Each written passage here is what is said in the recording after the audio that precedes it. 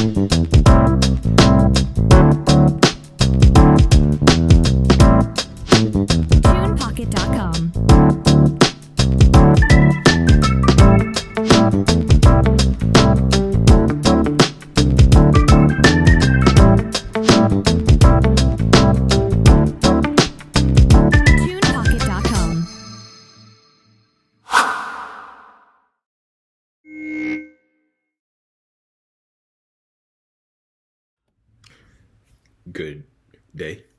Good day, and welcome to the Sean Farrell podcast. I am Sean Farrell. God is great all the time. All the time, God is great.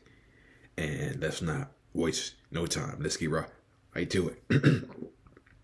Okay, so 5 things you shouldn't do during a depressive episode because they make your depression worse. You feel bad about being bad, judging yourself by the same standards you have when you're not in a depressive episode, trying to solve the big things, isolating, going quiet for long periods of time, comparing yourself to others. Okay? So, excuse me. Ooh. Every time after I eat, I always got to clear my throat for about 10 minutes, okay? So, if you hear me clear my throat, I just got done eating, okay? So, you feel bad about being bad. This is just an example that has given. I can't enjoy life like other people, or I've got a good life. I'm so ashamed that I can't snap out of it. And also has a helpful tip for you. Accept that it is depression that is making everything feel bad. Be self-compassionate towards yourself when it has set in.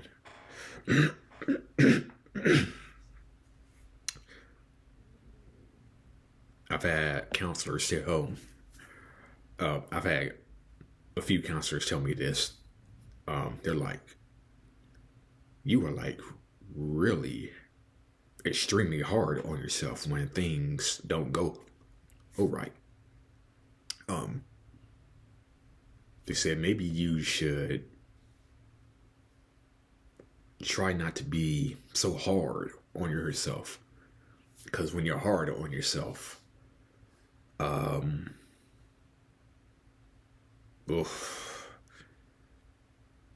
you're in a worse place mentally when you're hard on yourself. You're in a worse place mentally. You're in a darker place mentally when you are just so hard on yourself. So just be a little bit more self-compassionate.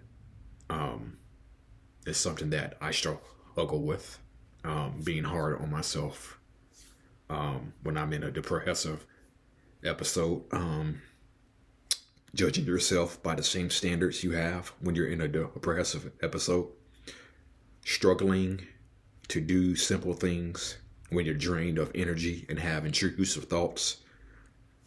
And again, you all know the simple things: showering, brushing teeth, getting out of bed, doing the dishes, housework. Here's a helpful tip. Don't expect the same of yourself, and recognize the symptoms that are making things more challenging than they ordinarily would be. Okay?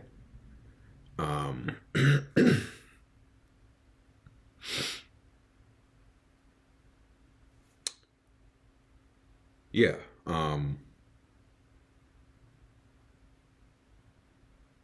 Again, this is where being compassionate, being gentle with yourself comes into play. Okay. I would just add this though.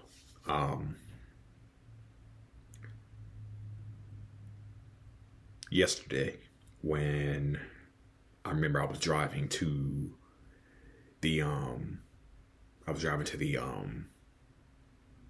was non-Kana. There's a place called non-Kana Greenbelt in Memphis. Okay,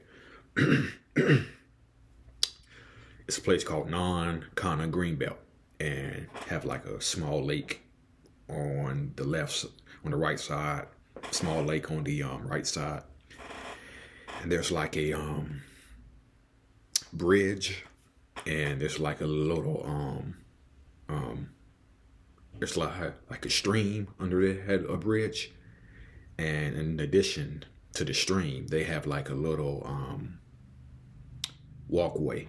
They have a walkway that runs right under Highway 385. Okay, so I'm driving yesterday, and I was feeling in a depressive mood. Okay, and one of the things that I tried to do is filter out, just try to filter out, wash out that depressive feeling by listening to something positive, by listening to positive music.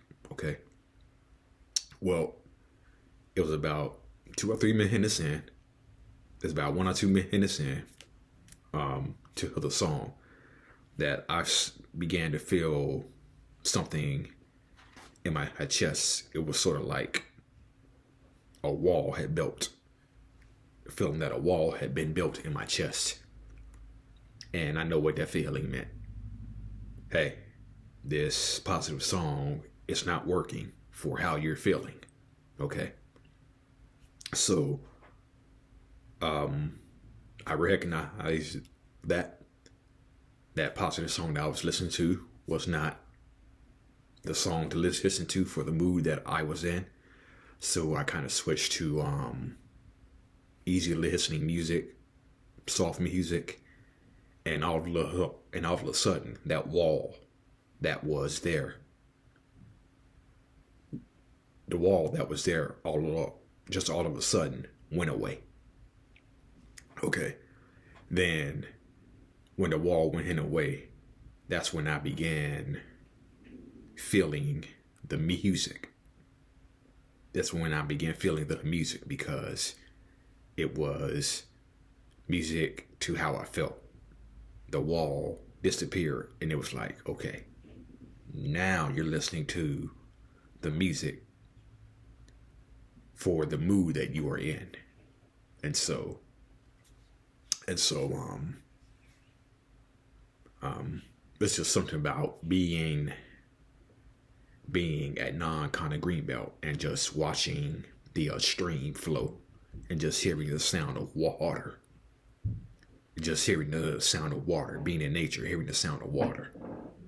And in addition to that, the sun's out and it's clear skies.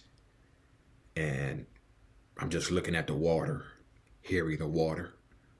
I have my music too. And just looking at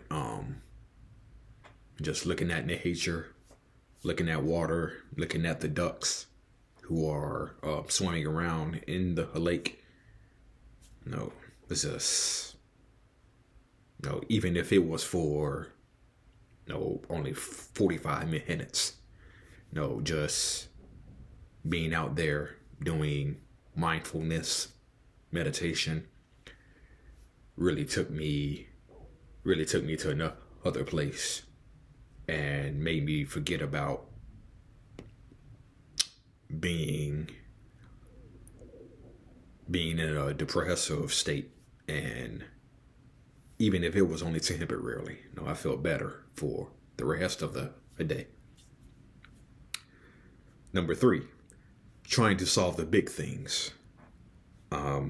Focusing into the future and making conclusions about it based on your present struggles. And as a helpful tip, in a depressive episode, focus on this moment and the things you can do to better your current situation. Haven't we all struggled with this, okay? When we're in a depressive episode and you think back and you think ahead to what'll happen in 2 weeks, and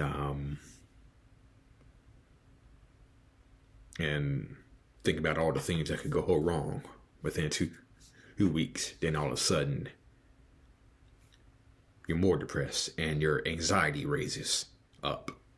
And all of a sudden, oh, what's the word I'm looking for? Sensory overload sets in. Then all of a sudden, sensory overload sets in. Okay. Sensory overload sets in, and then you're concerned. Then instead of just worrying about today, you're concerned about what's going to happen in 2 weeks if this doesn't happen. Okay. And it can, not only can it make your depression worse, it can raise your anxiety to levels that are just out of levels through the roof. And so I'm getting better at this, at just focusing on what I need to do today. And I have moments where I'll think about, well, where will I be next year? Okay. So, I'm getting better at it. It's work. It's a lot of hard work though. It's a lot of hard work to pull yourself up out of the depressive mindset that, can raise your anxiety about the future. Isolating, going quiet for long periods of time, not replying to messages, answering phone calls for weeks on end, only to increase overwhelm and fear of confrontation. A helpful tip for that: prepare a text template when things are okay that you can send to others, explaining your need for time and space to recharge. Okay. How many times have I done that? This is something that I really struggle with right here, going quiet for long periods of time. And I can remember there was a friend who texted me early in the morning. Okay. I saw the text message. Okay. I saw the text message, and because of the depressive state that I was in at that time, I ignored it. Okay. So I'm off work and I'm driving home, and all of a sudden my friend realizes that I haven't replied. They realize that I haven't replied, and they texted me again. It said, "Sean, I still haven't heard from you. I still haven't heard from you." Then I'm like, okay. When I get home, I'll respond to you. Okay. I'll respond to you. And,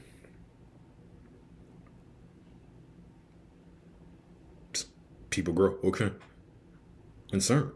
People grow concerned. Okay. People grew concerned about me because I did not answer. Okay. Because of the depressive state that I was in at that time. And the second time they texted me, they were worried about me. And I guess they wanted me to text them back just to make sure that, hey, I'm doing okay. All right. So, oh yeah. That may only increase worries on your friend's part.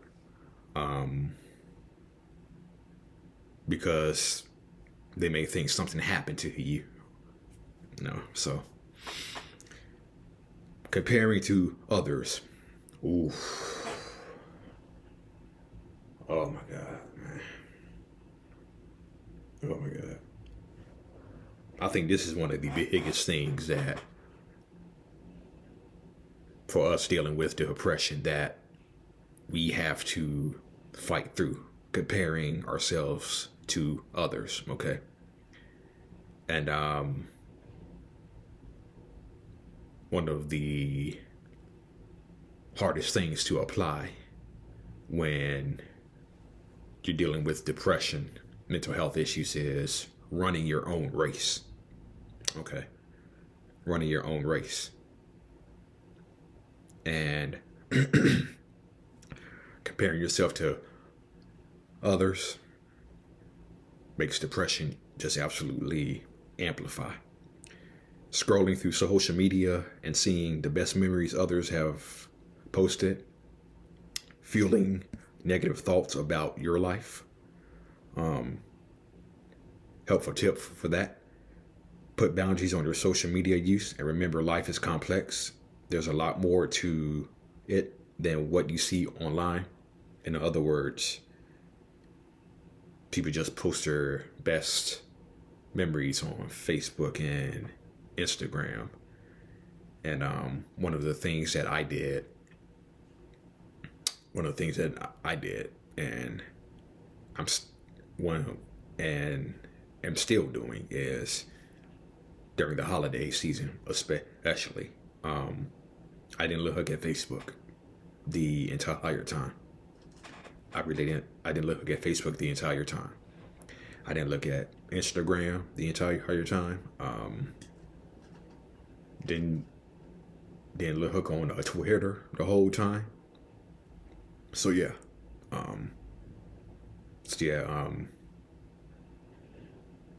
I know everybody's going to be posting about the new car that they got.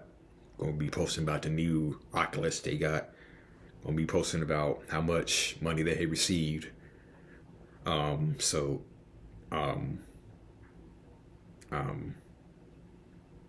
I made up my mind right then and there. I'm not gonna look at social media the entire time, or if you do, extremely limit your time there on social media.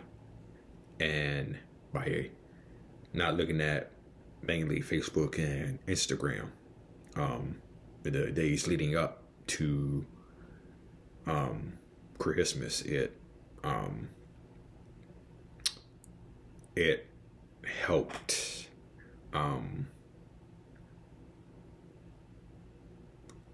avoid amplifying my depression. Because if you saw the video that I made before Christmas Day, where I was not in the best of mood,